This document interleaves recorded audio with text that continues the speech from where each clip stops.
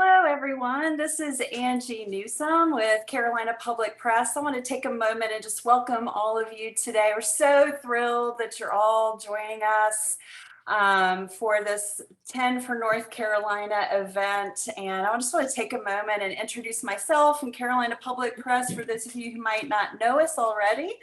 Carolina Public Press was founded in 2011, so we are turning 10 this year.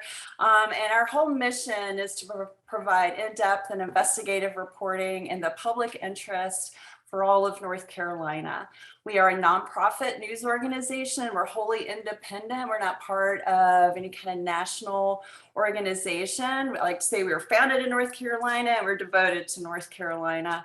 And we really focus on public interest issues. So things like the environment, politics, the economy, education, government. You can find all of our reporting at carolinapublicpress.org.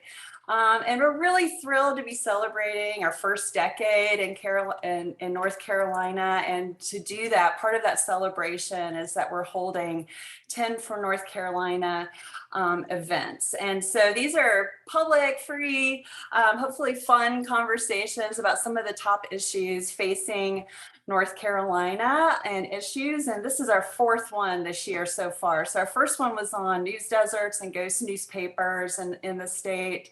The second one was on the Violence Against Women Act reauthorization and what the impact of that would be across North Carolina. We did a session about COVID and its impact on the economy and jobs. And here we are today talking with some really people that I've been really looking forward to talking to for weeks about literary North Carolina, what inspires them to write poetry, to write books, to preserve memories in the state. So I'm really excited to welcome all of you today. You can find recordings of this event and our previous ones at carolinapublicpress.org, and we'll be sharing that with you later on. And I just want to say thanks again for joining us. We're looking forward to the conversation. So today I just wanted to tell you a little bit about what's going to be happening. We ask all of you who are joining us, who aren't panelists, to please keep yourself muted, turn your video off. It just helps our panelists kind of focus on the conversation. But please, please, please use the chat. Talk with one another, ask panelists questions. We have a couple of staff members at Carolina Public Press who are watching that chat box, and we'll be sending questions to the panelists, and I'll be asking those. So I'm really excited to hear the questions that you have. There's great ones, like more than a dozen that have already come in this morning and earlier. So lots of good fodder for conversation. And we will end promptly at 1 because all of you are busy as our panelists. So I just wanted to let you know what to expect today. So with that, I'm just going to get right to the panelists and share who we have joining us today. Really pleased to welcome Annette Saunooke Clapsaddle. She is an enrolled citizen of the Eastern Band of Cherokee Indians. Her debut novel, Even As We Breathe, is a finalist for the Weatherford Award, and it was named one of NPR's best books of 2020. And if you ask me, the cover of that book is just gorgeous. I mean, it's just like one of the best ones I've seen this year so far. So welcome, Annette. We also have deGroot. Her fiction draws inspiration from North Carolina's Brunswick Islands. She also spends time keeping the memory of Sunset Beach's Kindred Spirit Mailbox alive through her books and assisting to preserve the notebooks left within it. And for the past several years, those notebooks have been donated and archived at UNC Wilmington. Really excited to learn more about that project and her work. We're really honored to have Jaki Shelton Green join us. She is the first African-American and third woman to be appointed as the North Carolina Poet Laureate. Among her many accolades and awards, she is a 2019 Academy of American Poet Laureate Fellow, 2014 North Carolina Literary Hall of Fame inductee. She teaches documentary poetry at Duke University Center for Documentary Studies and is the 2021 Frank B. Haynes Writer in Residence at UNC Chapel Hill. Just really excited to hear from Jackie today. Thank you for joining us so much. And then joining me in moderating today's conversation is Terry Kennedy. He's the author of the poetry collection New River Breakdown and is the director of the MFA Writing Program at UNC Greensboro. He also serves as the editor of the Greensboro Review. Thanks so much for helping me today, Terry. And also who's going to be joining us as a moderator is Ed Southern. Ed is the executive director of the North Carolina Writers Network. He's the author of 4 books, including the short story collection Parlous Angels. I hope I said that right. And in 2015, he received the Fortner Award for service to the literary arts in North Carolina. So it's just a very small snapshot of these folks and the work that they've been doing in North Carolina. Again, I really want to welcome all of y'all for joining us, and let's just get started. I'm just really excited to talk about words. We, as journalists, especially those of us who write journalism, we're like who, what, when, where, why, right? We're like try to like break it down so that people can take that information and run. But we know, just as y'all do, that words have a tremendous amount of power.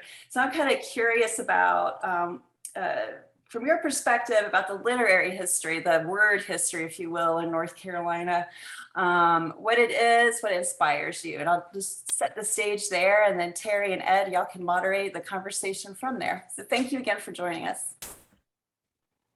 Thank you, Angie, and thank you to Carolina Public Press for putting this panel together and inviting us to be involved. Terry, if it's all right with you, I think I would like to throw Angie's opening question to Annette first. And Annette, what do you think about North Carolina's literary heritage and the idea of home? Yeah, such a great question. And I'm sitting in a classroom right now, so it makes me think back to when I first started studying North Carolina's literary history as a student myself. And I have long appreciated how many writers make up the landscape of North Carolina. And I really think it is about the landscape. The voices seem to differ from mountains to sea in North Carolina. And then if you think about where I'm from, the Qualla Boundary, and our literary contribution looked a little bit different for some obvious reasons, one being a language difference. And I think back to our oral tradition and our storytelling tradition about how we came to understand our own landscape, and how important it is that our first stories really are about where we come from as a people, and that connection to this beautiful land that is now partly North Carolina, but of course indigenous land. So I have always been proud to be a writer from North Carolina, even when I might not publicly call myself a writer just yet, because it has just been so rich, not only with talent, but talent that seems to reach out to people and help grow the literary tradition. So my favorite part about writers in North Carolina is their willingness to help each other, I think. I'll follow up on that and sort of sling a question over to you, Jackie, because I know that I've heard you talk about how everyone has a story. And I think that that is an important part of the literary history of North Carolina, and important to all of us as writers. But also, you talked about that as a teacher too, Jackie. Well, I do say that every woman has a story, but every person has a story. And I really appreciated how Annette sort of laid out the landscape for us to step onto. When I think about journalism, I realize that the first journalists in my life were storytellers, continue to be storytellers. And you know, I go back to growing up in a segregated North Carolina, attending segregated schools in the 50s and 60s, and being introduced by a family that was very, very, very uh, obsessed with books and obsessed with knowledge and learning. And I remember my grandmother telling me about George Moses Horton, the North Carolina poet who lived not, you know, just one county over in Chatham County. And then the story of Harriet Jacobs and how she wrote a book as an enslaved person. So for me, you know, when we think about the literary history, we don't always go back to before people were even literate. And yet people possessed many, many different, very diverse literacies. So I start from there. That's my sort of from whence I enter a place, is thinking about the ancestral stories that are in our DNA, the genetics of our stories. And, you know, we talk a lot about writing, but we don't talk too much about the history of reading.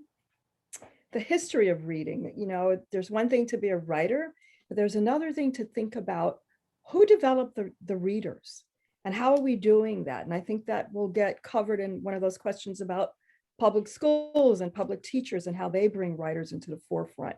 But yes, Terry, I especially think about the mother read stories and the stories that we're told as women. And I cannot not think about what's happening right now in Afghanistan, when we are witnessing girls not being allowed to acquire education, which is heartbreaking.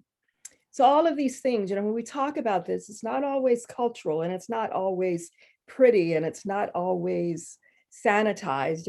It's a very messy situation when we talk about the politicalization of literacy, whose voices matter, who's allowed to be on that stage. So I'm also informed and I celebrate just being able to research that more.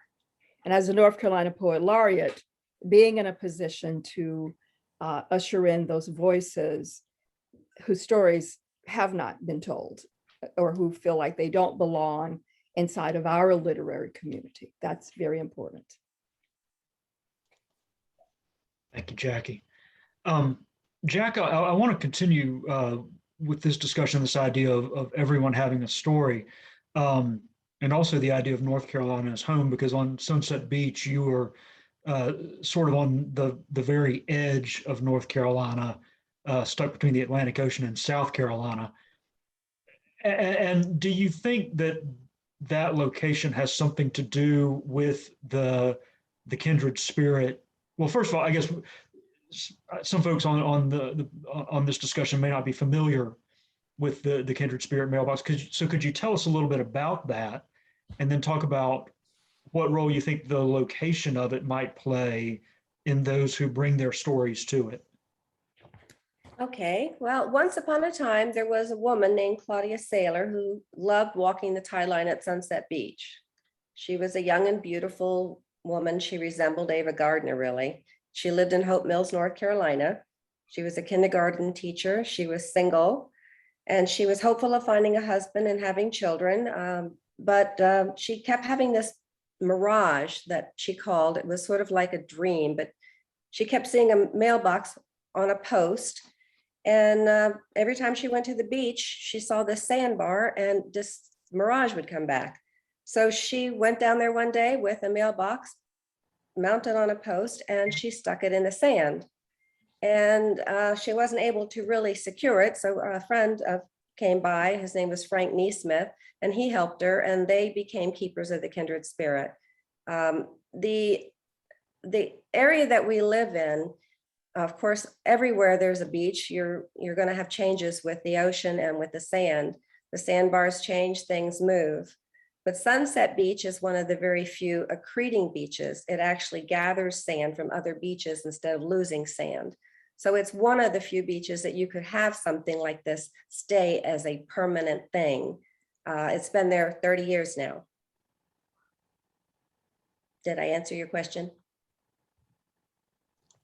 You answered the first part. I'm curious, do you think that you know, as we talk about North Carolina and the sense of home, the sense of heritage here, do you think the fact that it is on the edge of the Atlantic, sort of like an outpost, has anything to do with, does that enter into the minds of the people who bring their stories to the mailbox? Oh, absolutely. The view is pristine. It's very serene. People are different people when they get down there. You have to make an effort to get down there. You can't just drive up to it. You have to get to the beach and then walk a mile and a half to get down there. So it's wilderness. It's all nature. There's nothing there but the ocean, the sand, the breeze, the things that grow.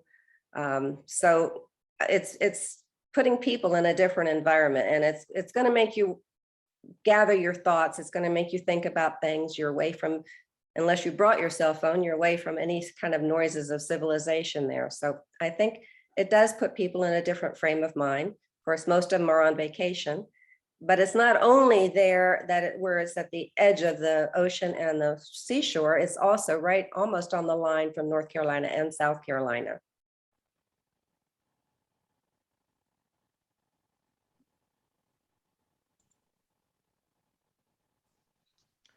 I think I'd like to circle back on something that Jackie brought up. We talked about developing readers and literacy, and who is allowed not just to tell stories but to read stories. Perhaps since Annette is actually sitting in a classroom at the moment, we do well to go with her and literally ask the teacher for her thoughts on that. Sure, it's incredibly important for me to be teaching in a public school, to be teaching in a rural public school specifically. In fact, my students always ask me at the beginning of the year, why are you teaching here? Why don't you go do something else where you make a little bit more money? But I have also noticed that the students here, and I'm in Swain County, North Carolina, so far west, the students here are just as capable and talented as any student in any school across the state, across the nation. And I think that it's a privilege that I have the opportunity to learn from them and share what I know about literature and about creating literature from the state. So one of the things that our department has always done since I've been here is to make sure that we put that we connect our students with writers from our region, specifically from North Carolina. I sometimes think that I'm in this weird place where we have all these writers in far western North Carolina, like next door, there's David Joy and Charles Frazier and Ron Rash. And I mean, I could just keep going and going and going. And so not only are they great regional writers, but they are great national writers, international writers. And our students get to meet them and talk to them. And then our students realize that they have the ability to pursue that as well, or just to pursue, whatever careers they want to pursue on a larger level. That just because you're from a small place doesn't mean that you're limited to that small place. So I just think it's a privilege to work with these students. They teach me so much and challenge me so much every day, and everyone has access to the same in this public setting. And it's getting harder and harder. It is definitely getting harder and harder to stay in the classroom. This may be COVID makes everything challenging. And even though, we're past 2020, this may be one of the most challenging years that I've ever taught, because we're trying to come back from what COVID has done. And we're feeling the effects of legislation that's taken place the past few years in North Carolina. So it's not getting any easier for us or for our students. But hopefully out of a place of hardship, beauty may take root. We'll see.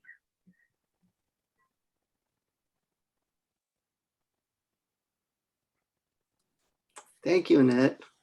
We have a question from the audience. And Jackie, since you're the poet laureate and you travel all over the state, I think that you might be a good person to start with this one.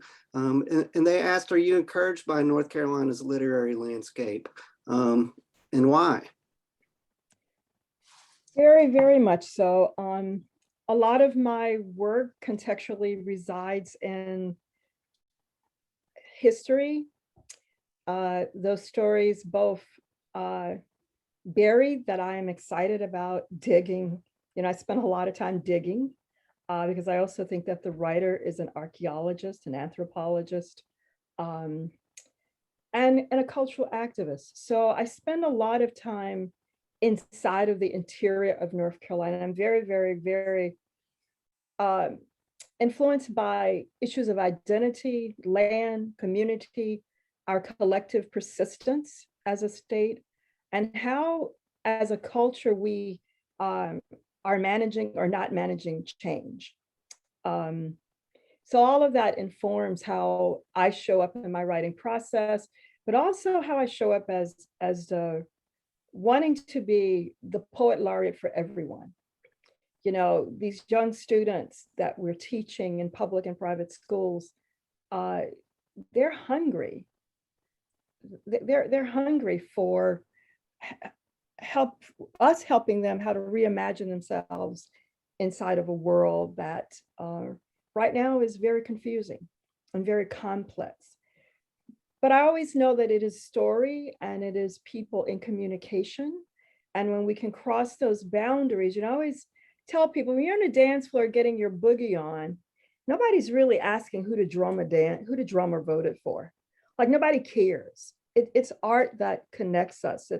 It's our stories. If we are open, if we could see each other inside of our rich, deep, varied humanities, then we might actually be able to celebrate, you know, something of goodness. And what does that look like? Because for me, it's not just about the literary process, but it's about how literature changes us as human beings. So, you know, I get in a lot of trouble with writers who say, well, it's not my job to be a change maker. And I always go back to James Baldwin's words that the writer should write about the times that they live in, because that's what our children are experiencing. They're right here, right now. And yes, they need historical data, but we really have a responsibility. And my responsibility as the poet laureate is to make sure they know that their stories matter, that their voices are important. And I've seen young people bring about change. There's a group in Asheville, Word on the Street, that I've worked with for a long time. And these kids actually did a video of issues in their community, like broken glass and elders who needed infrastructural repairs, an absence of stop signs and stop lights in certain communities. Those kids took that information to the city council, and the city granted monies that addressed those issues. Now, they did that as a literary project, telling a story of their neighborhood, but to show them how their storytelling actually wraps back around a quality of life. So for me, that's how I show up in this, is what is my identity with the land, you know, and how do I make that land richer, safer, more productive, and more fertile for the young voices that are emerging every day. I hope that answers that. I had to take off my big red glasses because I was trying to remember why I couldn't see everybody. It's because I didn't have on my computer glasses. Sorry.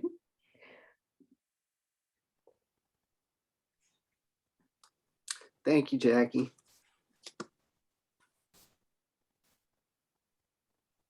Jack, would you like to chime in on that question? About literature and its effects in North Carolina and the culture? Please. Okay. I think that in terms of the Kindred Spirit, when you come down to the mailbox and you're writing, there's so many different things in the journals that you can read, and that going back through the pages, you can see people's stories. All the emotions are in these journals. And I think that brings everybody together to say, you know, I felt those things. I'm thinking those things. Those are things that have been bothering me for years. So people are commenting not just on how beautiful and pristine the area is, but they're talking about things that really matter to them, the loss of a spouse or the loss of a child, or happy things as weddings are coming up. And these are things that we all share in common, the everyday things where we're sad or we're happy, or we're just having problems with so much stress with COVID. There's a lot of things that are being written about COVID and how people are coping or not coping. And this is kind of universal. So these things, whether you don't see these people who are writing them, you don't know, unless they're writing in another language, you don't know who they are or what color they are, or whether, I mean, you can tell from the writing maybe sometimes how literate they are, but these are people who are just sharing their stories, and there's no, they're all part of the universe. They're all people who have managed to get down to the mailbox. So they're all fairly well able to walk or get down there. So that's really the only thing that you know that's in common with the masses, is that they're pretty healthy to be able to get down to the mailbox.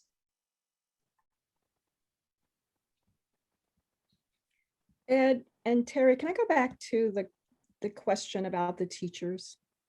By all means. Because I just want to say this. I remember that Sally Buckner in 1991 wrote the anthology, Our Words, Our Ways, Reading and Writing in North Carolina. And that book was a textbook for public schools. And then she published on, what was it, Word and Witness, 100 Years of Poetry. I think it might be time again that North Carolina look at instructional materials that cite the richness of all of these writers in North Carolina. I mean, that was an amazing anthology where children could actually call you up. You know, there were study guides and questions, and kids would call you up. I'm doing a book report on you. Can you answer some questions? And I don't think we have another mechanism like that in public schools. And I think, you know, we can do that. I mean, it's just kind of dumb that we're not doing this. Because I think it will also help address how we rewrite an appropriate and realistic and honest American North Carolina history. So I just wanted to put that out there. Well, Jackie, do you know anyone who knows the governor? Not right off the top of my head, but we surely know a lot of press and a lot of writers and editors who I think would be, I shouldn't speak for other people, but I really believe that there would be an appreciation to get that work out there. I might be talking with you after the panel. Cool. Or emailing you. We have kind of another question from the audience, and it kind of addresses a little bit about what you were just talking about, Jackie, but I'll throw it over to Annette, since she is actually in school, and this kind of has to do with that as well. And it is, when did you discover that you had your own sort of particular voice as a writer? And, you know, was it in school, and was it because you were inspired by someone that you read in school? Yeah, that's a great question, because I am the first published novelist who is a member of the Eastern Band of Cherokee Indians. So it is not that I grew up reading other Eastern Band writers or had access to that. Certainly didn't have access to published materials that would have been in schools. So I have told this story before, that the first time that I really thought I was writing, you know, a book, I was probably in middle school, I don't know. And I was writing about a lighthouse in Maine, and I had never been to Maine, you know, and because I was trying to write like the other authors in the canon, you know, that I would read. I had wonderful English teachers growing up, elementary, middle, high school, but we were still reading kind of the traditional literary canon, some Southern writers, but probably not a lot of North Carolina writers that I recall. So when I first found my voice, it was through my mom had given me a book by a Native author. That author is now a little problematic personally, but his writing, I will say, confirmed for me that that I could really write about a community that I was from. I could talk honestly and authentically about a tribal community, which is far different, than anything I had read in school. And so I think that was I was probably about 8th grade or 9th grade. And that was because my mom handed me a book that I wouldn't have had access to otherwise. And I heard just a voice that resonated with me.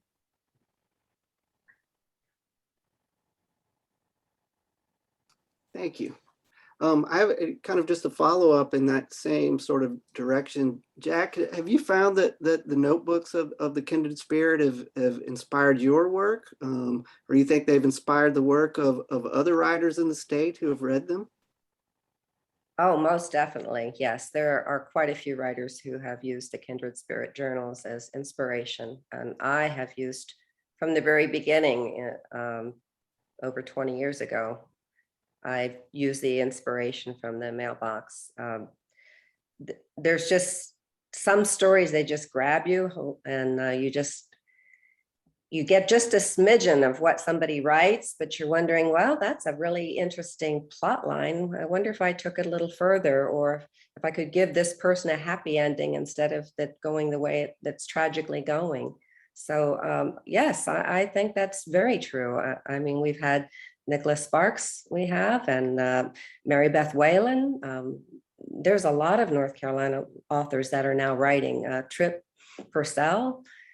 We've had quite a few people. And in fact, Trip Purcell's book, when I read his book, I was just amazed at how well he did the job of tying his story in with the Mailbox. And I'm glad I was able to do that in The Secret of the Kindred Spirit. And I continue to do that with the Beach Boys of Sunset Beach. So I'm using emotions when I see something and I hear somebody's story and it really tugs at my heartstrings. I try to find a way to incorporate some part of it in one of my books.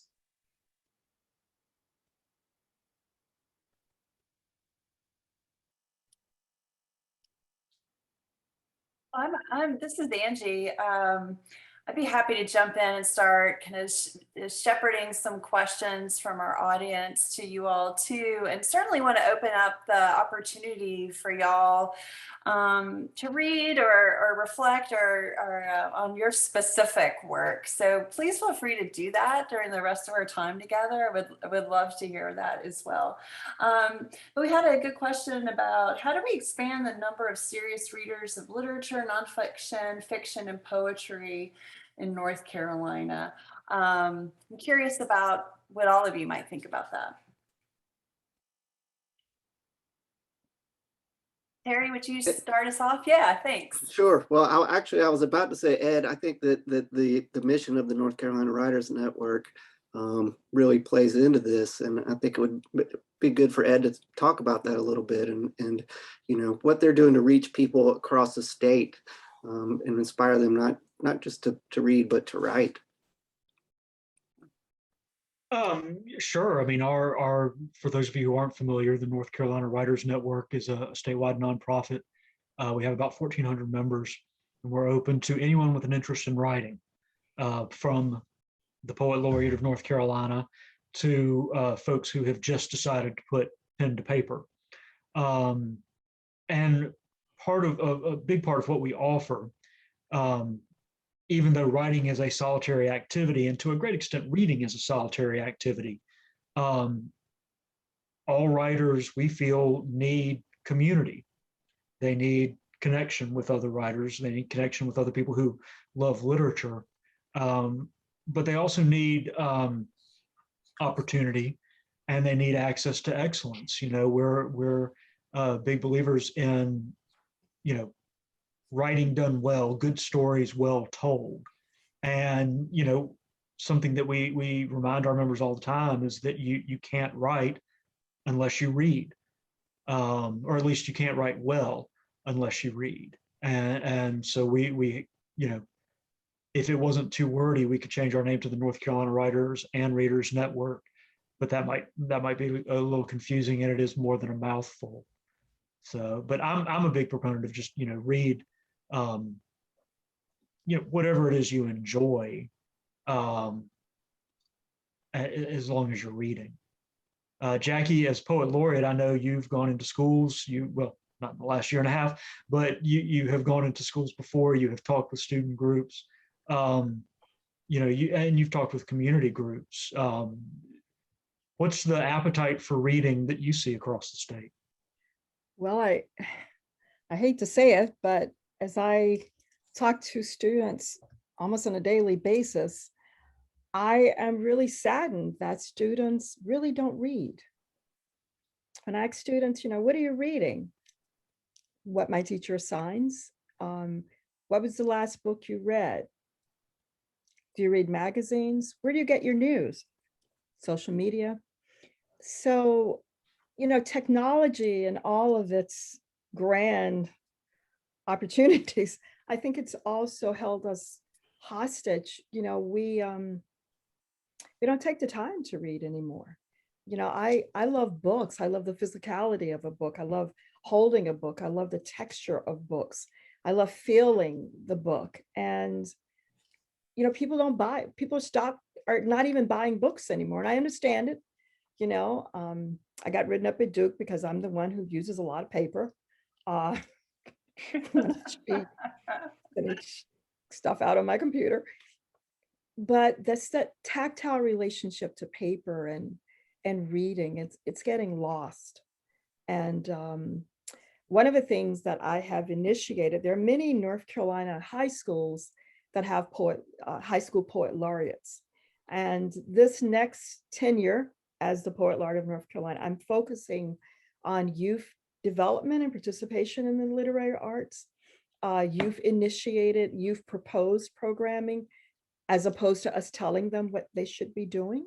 So we're revamping, trying to have poet laureates. I have an initiative with some people across the state, having poet laureates in public schools, and not, they just have the name poet laureate. And when I interview them, and I said, so what are you doing? And they're like, nothing. How do you become the poet laureate? Oh, I wrote one poem. Like, nah, that's not how you become a poet laureate.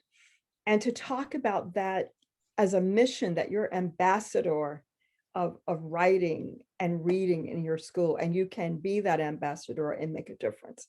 And what does it look like when we have writing conferences that are totally about young people, that are led, that are facilitated, workshops where young people are facilitating, you know, they're coming up with the content, they're helping to write the grant, they're doing the marketing. I think that we have to bring the voices of the youth into the mix, into, you know, all the work that we're doing, that we have been doing for a long time. But the missing ingredient when I travel across the state in audiences and public audiences are teenagers, when teenagers should very much be present. You know, it's like, okay, we're talking about teenagers, but I don't see any teenagers. Did you invite any teenagers? And, you know, like there's that blank stare, like, no. So I think that we have a responsibility as the gatekeepers in the state to ensure that there's that balance. And I know public schools, the literary arts is not what's happening in public schools or what's most important. There are far, you know, there are other things that that overshadow the literary arts. So I think that, you know, this is not just about, you can't have a conversation about the literary arts in North Carolina without having a conversation about literacy and economic disparity and just a whole lot of other stuff. So, but I see opportunity. I'm not at all dismayed by all of this. I see grand opportunity and possibilities, and I see excitement for how young people can make these things happen with us. I want to jump in on that because that gets me all kinds of excited, Jackie. I was about to ask you to, Annette, so please don't. I was like, Jackie, can you please come visit me? But we, you know, I think you are 100% on target with, if we talk about the future and we don't have youth involved in building that future, then we're going nowhere. You know, it is, it's customary in Cherokee leadership specifically that you have youth involved in decision making, because it's just practical. It just makes sense that these are the people who are going to be carrying out any kind of future plans. But you know, I think about within our own school, one of the things that we have done in the past in terms of deciding what literature is bought for our library collection, we had a youth club, basically is a club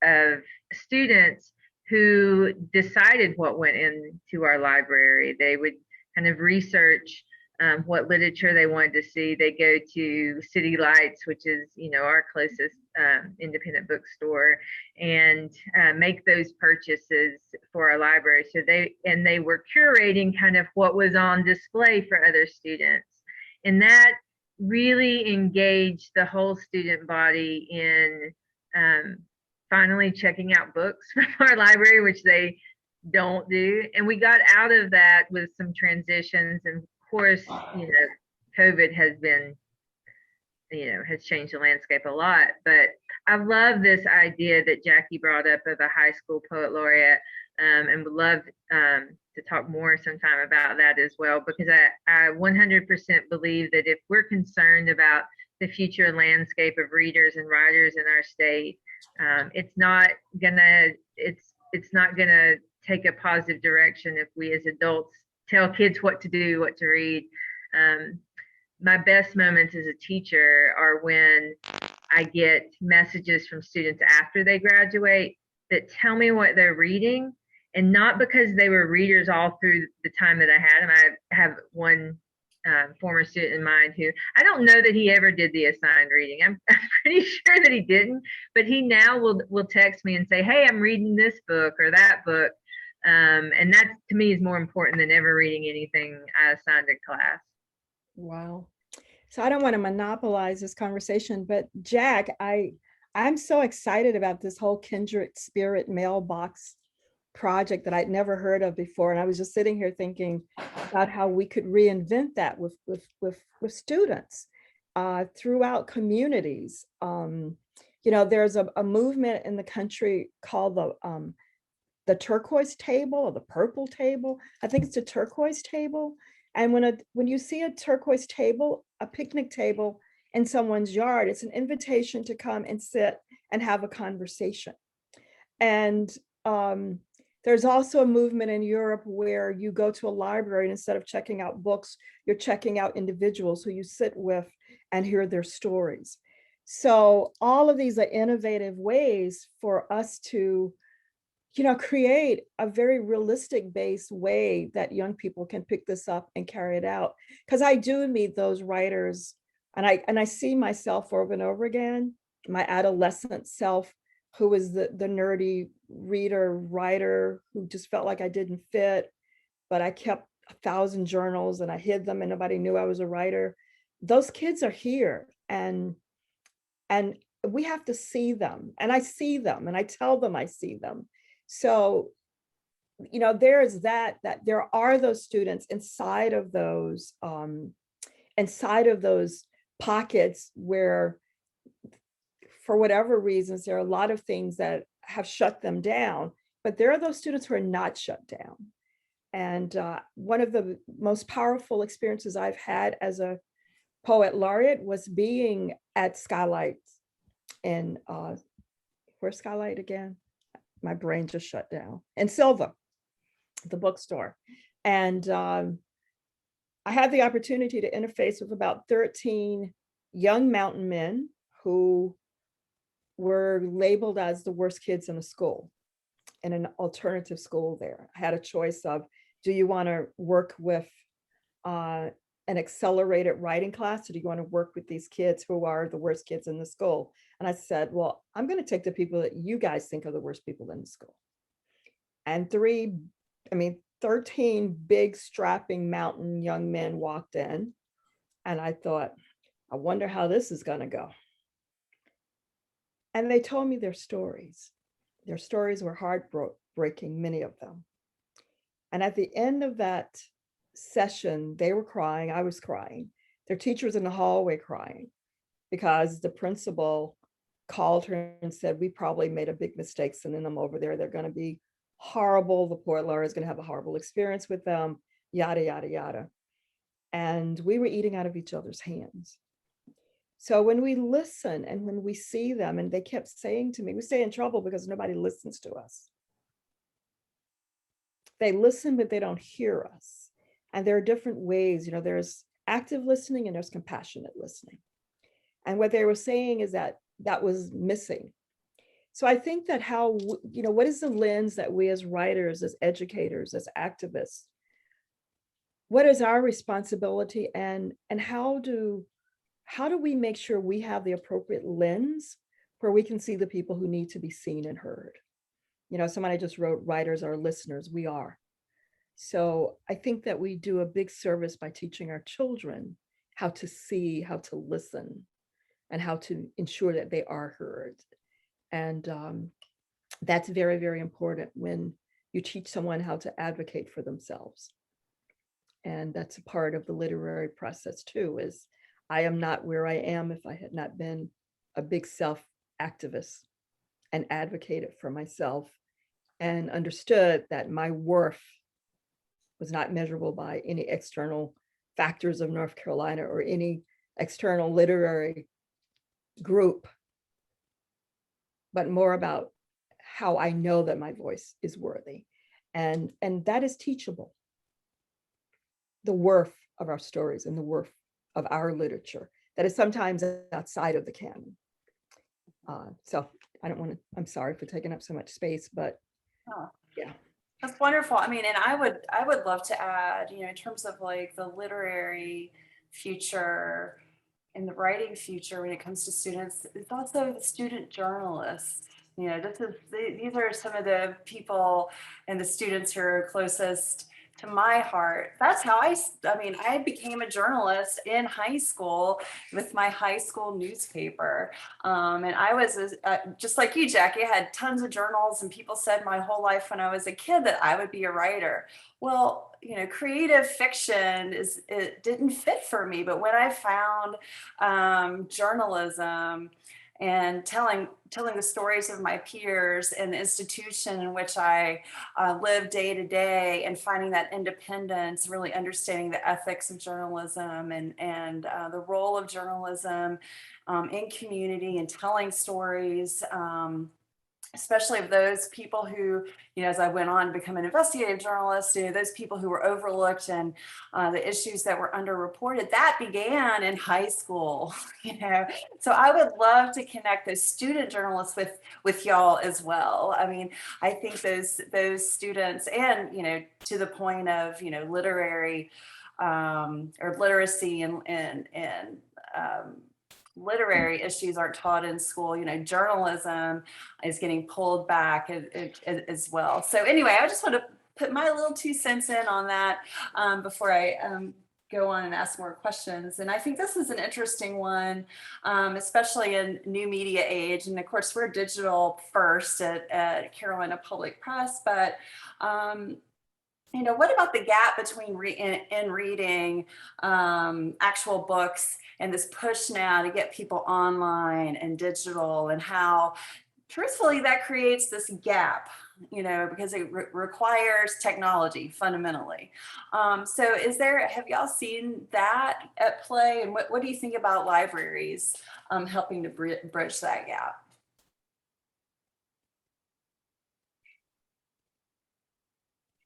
Anybody want to jump in? Yeah, I don't mind jumping in real quick and just saying that we're, in terms of our students, again, we're a one-to-one school. They all have access to laptops, and we're seeing that in school systems. That does not speak to the larger community, especially of adults. But my students also don't prefer that. They prefer hard copies. They prefer to hold a book. They prefer the pages.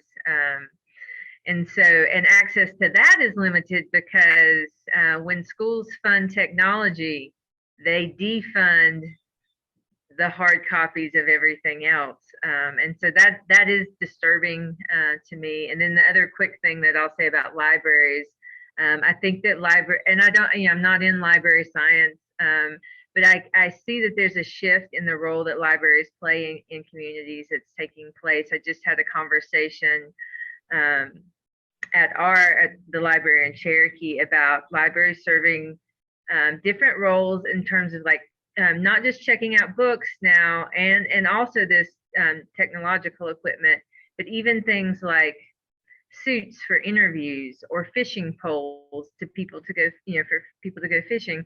So I think that's an interesting way to think about the role of libraries and how that's changing as well. So I just wanted to throw those few things out there. Well, and I know we had a lot of interest from people in our audience about how to take this conversation among all of you and us about how can we take this into schools. And y'all have already started talking about that in a certain part. But I'm curious if you all, Jack and Jackie, Annette, Terry and Ed, about how to get this into schools. And I think someone even mentioned like K-5, like even some of the youngest students, how to bring this to them. And this doesn't answer that question per se, but I do want to say that we started kind of a crowd-funded North Carolina reading list, if you will, among the people who are audience members and our readers at Carolina, our audience. And this is just a list of like must reads, favorite reads. So we'll be really delighted to share this with everyone, and we'll put this together and send it out.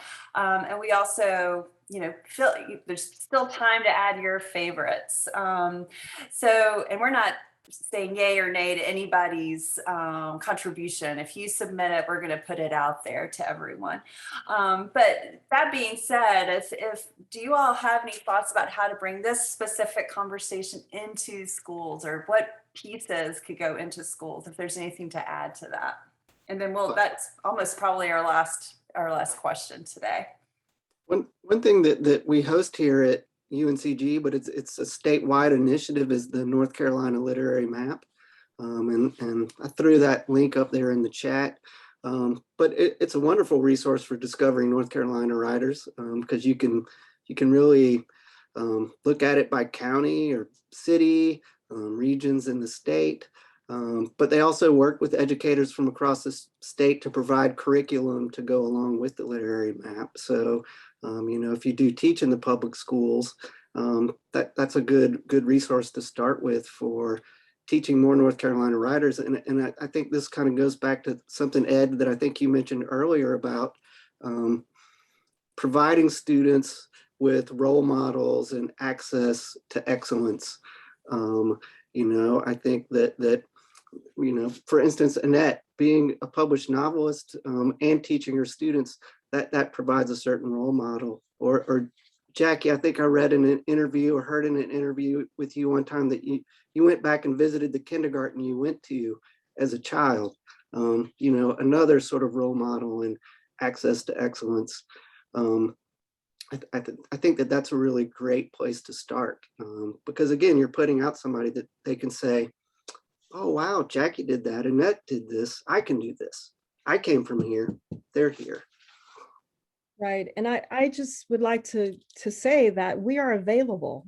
The North Carolina Arts Council has writers in the schools programs that schools can access. Since COVID, I have done 2-week residencies in public schools all over the state of North Carolina. I did a month's residency with another school.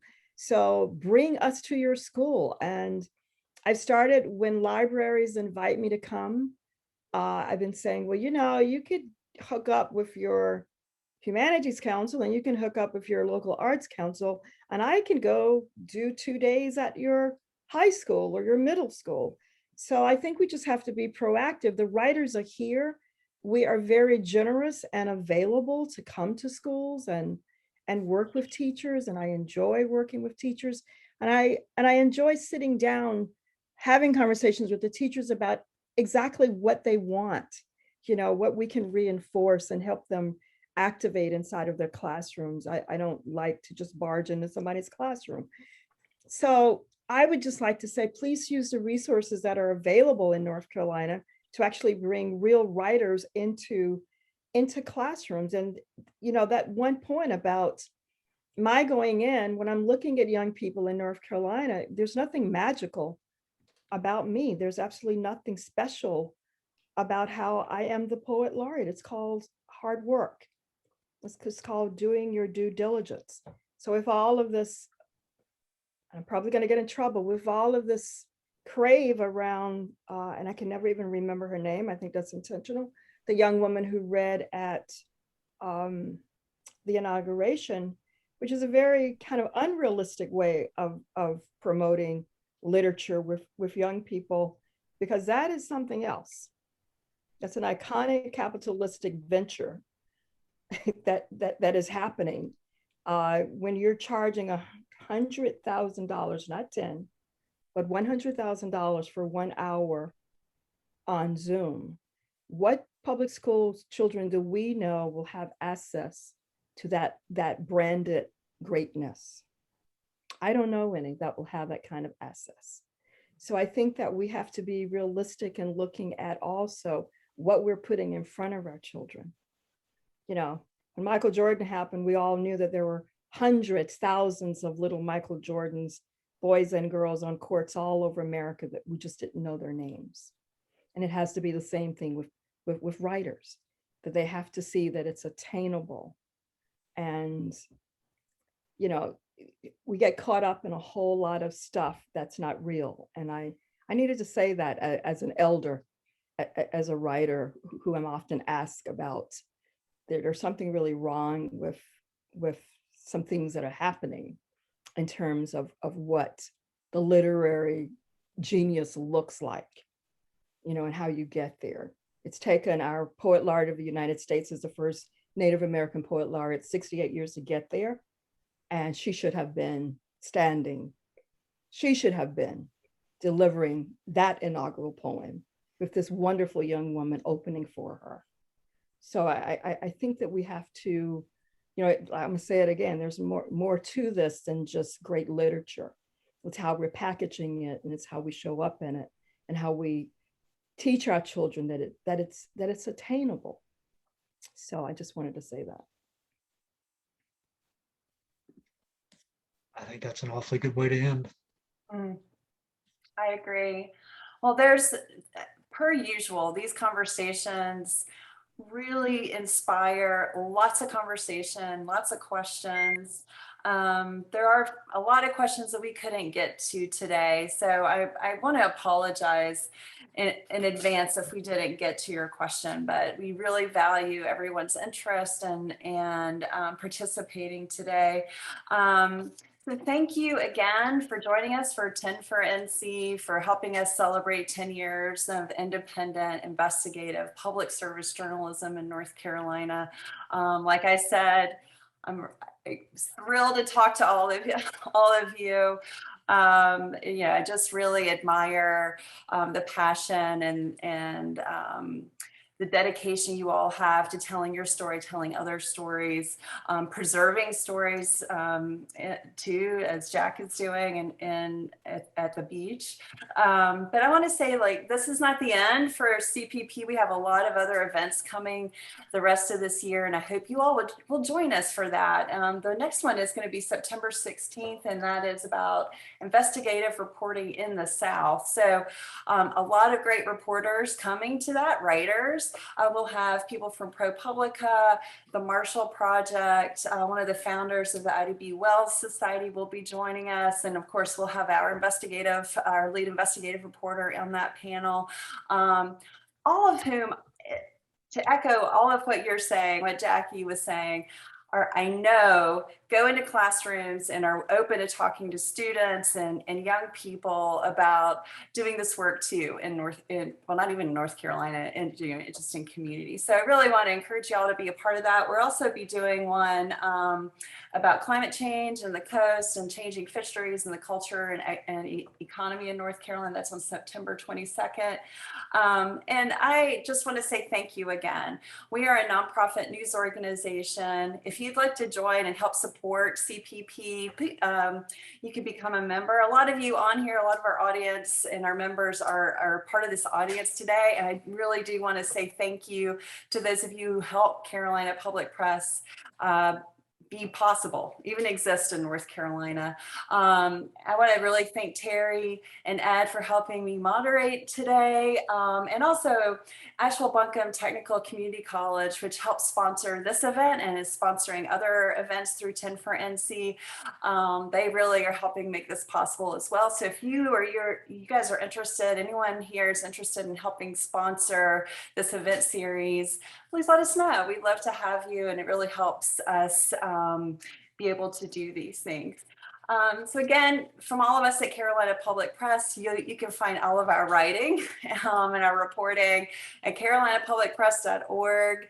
Y'all will become subscribers. We'll add you to that list. So hopefully that's a gift to us. And we'll also send out the reading resource that we're going to be putting together, from the ideas that you all had about North Carolina writers and writing. Thank you all very much. Again, I wish we could spend all day talking. This is really terrific. Thank you so much, Annette, Jack, Jackie, Terry, and Ed. Really appreciate y'all. I can't wait to, hopefully, God, wouldn't it be great? We get together sometime in person. So thank you all again. And with that, we'll say goodbye and hope to see you at a future event. Thank you. Thank you.